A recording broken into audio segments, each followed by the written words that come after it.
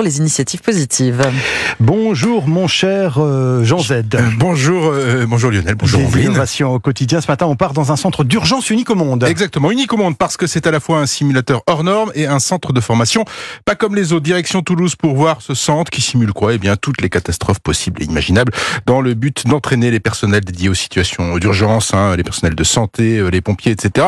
Il a un petit nom, ce centre, le SENS, le centre de simulation environnementale et neurosensorielle, bâtiment ultramoderne de plus de 300 mètres carrés situé au CHU de Toulouse sur le site de Purpan au sud-ouest de la ville rose et il a été inauguré il y a une dizaine de jours. Quel type de catastrophes ils sont simulés, Jean ? Alors la liste est longue et fait quand même un peu froid dans le dos, justement la météo, les bruits, les lumières, les odeurs, les objets, tout est reproductible dans cette pièce spécialement dédiée de 150 mètres carrés. Le centre est d'ailleurs équipé d'une bibliothèque d'environnement, le but de pouvoir proposer tout type de scénarios adaptés aux formations.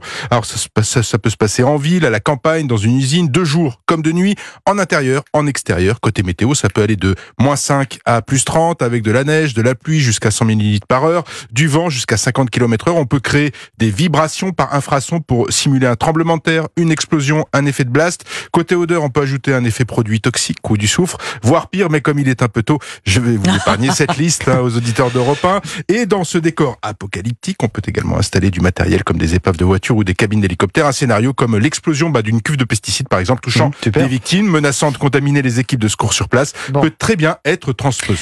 Comment est né un tel centre, Jean ? Alors le projet est né des crises récentes auxquelles les professionnels du CHU de Toulouse ont dû faire face, catastrophes industrielles comme AZF, le terrorisme évidemment, la pandémie de Covid a également mis en évidence un manque concernant les professionnels de santé, un manque dans le suivi du stress post-traumatique et cette formation donc porte aussi sur la prévention de ce stress post-traumatique en permettant une anticipation et la mise en place de mécanismes de défense chez les professionnels qui seront peut-être, on ne l'espère pas, exposés à de telles catastrophes, des professionnels qui seraient alors mieux à même d'accompagner les victimes. Par conséquent, ce centre pourrait à terme accueillir des personnels d'urgence de toute la France, de France et au-delà.